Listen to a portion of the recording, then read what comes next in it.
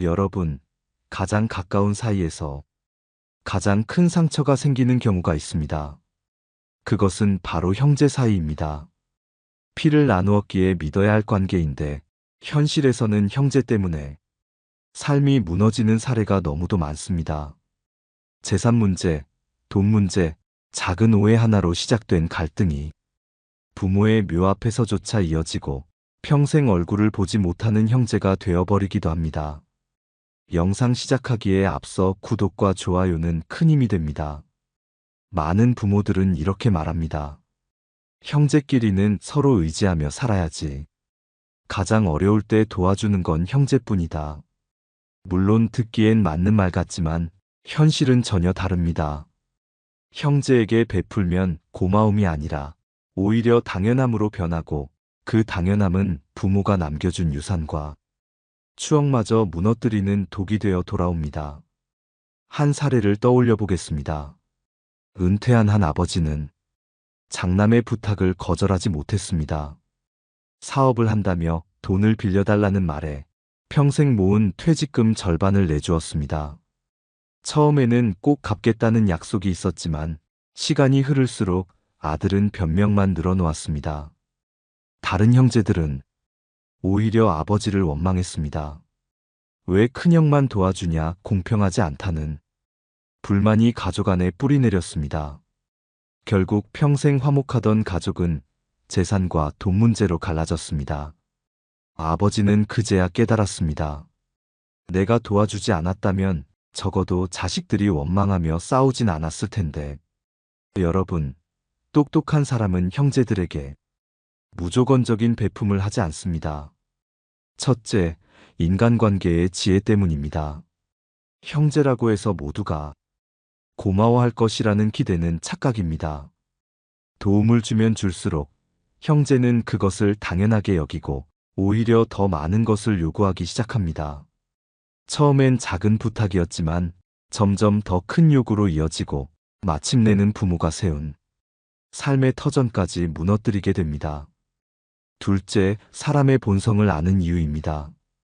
사람은 받는 데 익숙해지면 쉽게 변합니다. 고마움은 사라지고 권리처럼 변하지요. 형제도 예외가 아닙니다. 네가 형이니까, 네가 동생이니까라는 말 뒤에는 책임과 희생만 강요하는 본성이 숨어 있습니다. 이를 모른 채 계속 베풀다 보면 결국 존중은 사라지고 원망만 남습니다. 셋째, 인간관계를 잘하는 방법은 경계를 세우는 데 있습니다. 형제라고 해서 다 내어줄 필요는 없습니다. 도움은 순간적일 수 있지만 경계가 없다면 관계는 오래가지 못합니다. 오히려 차갑게 보이더라도 분명히 선을 그어야 관계가 무너지지 않습니다. 그것이 형제를 지키는 길이자 여러분의 노후를 지키는 길입니다. 여러분, 부모가 떠난 뒤 형제는 서로에게 마지막 남은 가족일 수 있습니다. 그러나 무조건적인 베품과 희생은 그 가족을 지켜주지 못합니다. 오히려 서로를 갈라놓고 평생 원망 속에서 살아가게 만들 뿐입니다. 똑똑한 사람은 알기 때문에 형제에게 베풀되 절대 넘지 말아야 할 선을 지킵니다. 오늘 이야기는 여기서 시작합니다. 이제 우리는 실제 일상에서 형제 간의 베풀미 어떤 결과로 이어지는지, 그 속에서 어떤 교훈을 얻어야 하는지 더 깊이 살펴보겠습니다. 여러분, 형제 사이의 갈등은 의외로 아주 작은 일에서 시작됩니다. 처음엔 단순한 부탁, 사소한 요구 같아 보이지만 그것을 들어주다 보면 어느 순간 삶 전체가 흔들리게 됩니다. 한 가정의 이야기를 들어보겠습니다. 셋째 아들은 오랫동안 경제적으로 힘들었습니다. 그런 아들을 안쓰럽게 여긴 큰형은 자신이 모아둔 돈 일부를 내어주었습니다. 처음에는 형, 꼭 갚을게. 정말 고마워라며 눈물을 보였습니다. 하지만 몇 달이 지나자 그 약속은 흐려지고 요구는 점점 더 커졌습니다. 형, 이번엔 조금만 더 빌려줘. 나중에 다 정리되면 반드시 갚을게. 결국 큰형의 가정까지 흔들리게 되었고 아내와 자녀들까지 경제적 불안에 시달리게 되었습니다. 더 안타까운 것은 작은 선의가 오히려 형제 사이에 원망으로 변해버린 사실이었습니다. 형은 나를 도와주다 말았어. 결국 나를 버린 거야. 이 말에 큰형은 더 이상 아무 대답도 할 수 없었습니다. 또 다른 사례도 있습니다. 어머니의 장례를 치른 후 남겨진 유산을 나누는 문제에서 갈등이 폭발했습니다. 살아생전 둘째가 집안일을 돕지 않았다는 이유로 형제들 사이에 불만이 쌓여 있었습니다. 그런데 장남이 둘째가 힘들지 않으냐? 내가 조금 더 양보하겠다고 말하자 처음엔 모두가 고마워하는 듯 보였습니다. 그러나 시간이 지나면서 그 양보는 당연한 것이 되어버렸습니다. 큰형은 원래 여유 있으니까 더 줄 수 있잖아. 결국 형제들은 서로를 불신했고 평생 함께할 줄 알았던 형제 관계는 끝내 남보다 못한 사이가 되고 말았습니다. 여러분, 여기서 우리는 중요한 진실을 보게 됩니다. 형제에게 베푸는 것이 반드시 미덕으로 이어지지 않는다는 사실입니다. 오히려 형제 사이일수록 작은 차별, 작은 불균형이 큰 갈등으로 번져갑니다. 도움은 고마움으로 남지 않고 비교와 불만으로 바뀌기 쉽습니다. 왜냐하면 사람의 마음속에는 늘 공평을 바라는 본성이 자리 잡고 있기 때문입니다. 조금이라도 불균형이 생기면 나는 덜 받았다, 나는 손해다라는 생각이 쉽게 생겨나는 겁니다. 그래서 똑똑한 사람은 형제 사이에서 함부로 베풀지 않습니다. 차라리 냉정해 보일지라도 공평하게 그리고 명확하게 경계를 세웁니다. 무조건적인 선의는 갈등의 불씨가 되고 분명한 선 긋기가 오히려 관계를 오래 지켜주는 지혜가 됩니다. 이제 우리는 더 깊이 들어가야 합니다. 왜 사람의 본성은 형제 관계일수록 더 쉽게 변하고 고마움이 권리로 바뀌는 것일까요? 다음은 그 본성의 위험을 보여주는 이야기와 함께 형제 사이에서 우리가 반드시 배워야 할 교훈을 살펴보겠습니다. 여러분, 형제 관계에서 가장 위험한 순간은 언제일까요? 바로 고마움이 사라지고 권리로 변하는 순간입니다. 한두 번의 도움은 감사로 남지만 3번, 4번 이어지면 그것은 곧 당연한 몫으로 바뀝니다. 그리고 그때부터는 형제 관계가 무너지는 시작이 됩니다. 한 집안의 이야기를 들어보겠습니다. 막내가 늘 힘들어한다는 이유로 둘째는 자신이 가진 돈을 자주 내어주었습니다. 처음엔 막내가 정말 고마워, 형이라며 머리를 조아렸습니다. 그러나 몇 년이 지나자 막내의 태도는 이렇게 바뀌었습니다. 형이 해주는 건 당연하지 않아? 우리 집에서 제일 잘 벌잖아. 결국 둘째가 더는 도와줄 수 없다고 말하자 막내는 섭섭하다 못해 노골적으로 원망하기 시작했습니다. 네가 형 맞아? 가족도 못 챙기면서 무슨 소용이야. 이 말에 둘째는 깊은 상처를 입고 평생 쌓아온 형제애까지 무너져 버렸습니다. 또 다른 예도 있습니다. 부모님이 남겨둔 집을 정리하는 과정에서 큰형은 생활이 힘든 동생에게 조금 더 양보했습니다. 처음엔 동생이 눈물로 고마움을 표현했습니다. 하지만 몇 달 지나지 않아 그 고마움은 흔적도 없이 사라졌습니다. 형은 어차피 여유 있잖아. 이번에도 좀 더 양보해. 이런 요구가 반복되자 큰형은 결국 동생과 연락을 끊어버렸습니다. 그는 말했습니다. 한번 베푸는 건 기쁨이었지만 그 기쁨이 당연시되는 순간 나는 더 이상 형제가 아니었다. 여러분, 형제 사이에서의 베풀미 위험한 이유는 바로 여기 있습니다. 첫째, 사람의 본성은 받는 것에 쉽게 익숙해진다는 점입니다. 한두 번은 은혜로 느끼지만 반복되면 권리로 착각하게 됩니다. 둘째, 형제라는 이름이 문제를 더 크게 만듭니다. 형이니까, 동생이니까, 누나니까라는 말이 사실은 책임과 부담을 강요하는 무기로 변하는 것입니다. 셋째, 경계 없는 베풀문 결국 존중을 무너뜨립니다. 받는 쪽은 고개를 숙이지 않고 주는 쪽은 자존심을 잃게 됩니다. 그 순간 형제 관계는 무너질 수밖에 없습니다. 여러분, 똑똑한 사람은 알기에 형제에게 함부로 베풀지 않습니다. 냉정해 보이더라도 선은 분명히 긋고 공평하게 관계를 지켜내는 길을 택합니다.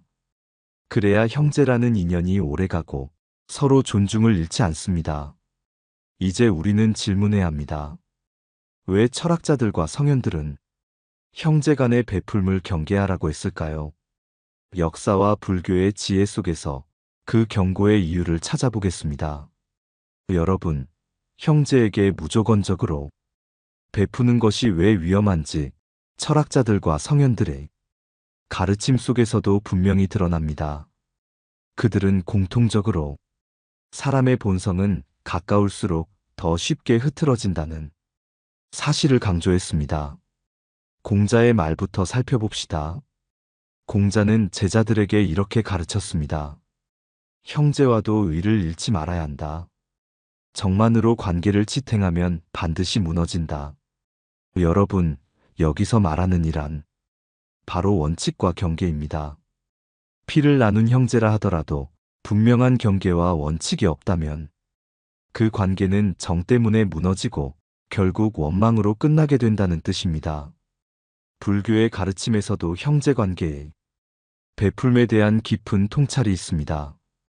부처님은 무분별한 보시는 탐욕을 키우고 받는 이의 마음을 약하게 만든다고 말씀하셨습니다. 다시 말해 생각 없는 베풀은 결코 선행이 아니라는 것입니다. 형제에게 무조건적으로 내어주는 것도 결국은 그들의 자립심을 꺾고 부모가 물려준 인연마저 왜곡시키게 됩니다. 서양 철학자 쇼펜하우어 역시 비슷한 경고를 남겼습니다. 그는 호의는 반복될수록 권리로 변한다고 말했습니다. 이 말은 형제 관계에 그대로 적용됩니다. 한두 번은 고마움이었지만 여러 번의 양보와 도움은 결국 당연한 권리로 변해버립니다. 그때부터는 고마움이 사라지고 오히려 더 많은 요구와 불만이 시작되는 것이죠. 역사 속 사례도 있습니다. 조선 후기 실학자 정약용은 형제와의 관계에 대해 이렇게 썼습니다. 형제는 가장 가까운 벗이지만 재물 앞에서는 가장 큰 원수가 되기도 한다. 그는 형제 간의 다툼이 결국 부모가 남긴 재산에서 비롯된다는 것을 깊이 간파했습니다. 그래서 지혜로운 사람은 형제에게는 무조건 베푸는 것이 아니라 분명한 선을 긋고 공정하게 대하는 것이 진정한 효와 도리라고 보았습니다. 여러분, 이 모든 지혜가 전하는 메시지는 단순합니다. 형제에게 무조건 베풀지 말라는 것입니다. 그것은 인색해서가 아니라 관계를 지키기 위해서입니다. 원칙 없는 베풀은 오히려 인연을 해치고 경계 있는 태도가 오히려 존중을 지켜줍니다. 이제 마지막으로 오늘 우리가 나눈 모든 이야기를 정리해 보겠습니다. 똑똑한 사람이 형제에게 절대 베풀지 않는 세 가지 이유를 다시 마음에 새기고 앞으로의 삶에서 어떻게 적용해야 할지 말씀드리겠습니다. 여러분, 이제 오늘의 이야기를 정리해 보겠습니다. 똑똑한 사람은 형제들에게 절대 무조건적으로 베풀지 않습니다. 그 이유는 세 가지로 분명합니다. 첫째, 인간관계의 지혜를 알기 때문입니다. 형제라 해도 원칙 없이 베풀면 그 고마움은 오래가지 않습니다. 처음엔 은혜처럼 느껴지지만 시간이 지나면 오히려 당연한 권리로 변해버립니다. 그때부터는 불만과 원망만이 남습니다. 둘째, 사람의 본성을 알기 때문입니다. 인간은 받는 데 쉽게 익숙해지고 받는 것이 반복되면 오히려 더 요구하게 됩니다. 형제라는 이름은 그 요구를 합리화하는 도구가 되지요.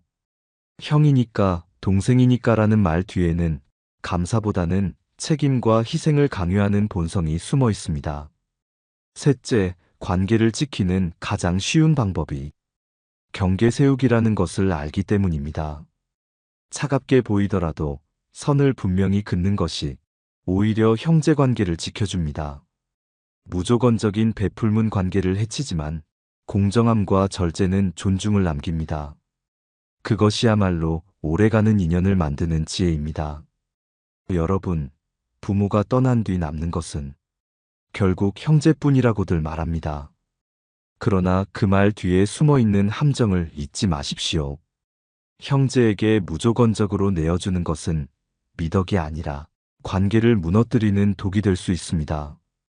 똑똑한 사람은 알기 때문에 형제 사이에서도 경계를 세우고 스스로의 삶을 지켜내며 그 안에서 오히려 진정한 존중을 지켜냅니다. 오늘의 이야기를 통해 여러분께 전하고 싶은 메시지는 단순합니다.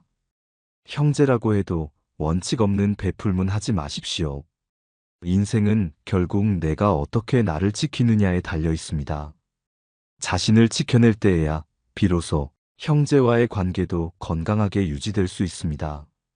여러분은 어떻게 생각하시나요? 혹시 형제와의 관계에서 비슷한 경험을 한 적이 있으신가요? 댓글로 여러분의 이야기를 나누어 주시면 다른 분들에게도 큰 위로와 배움이 될 것입니다. 오늘 함께 해주셔서 감사합니다. 여러분의 삶이 언제나 지혜롭고 평온하길 바랍니다. 좋아요와 구독으로 함께 걸어가 주신다면 앞으로도 더 많은 인생의 지혜와 감동을 전해드리겠습니다.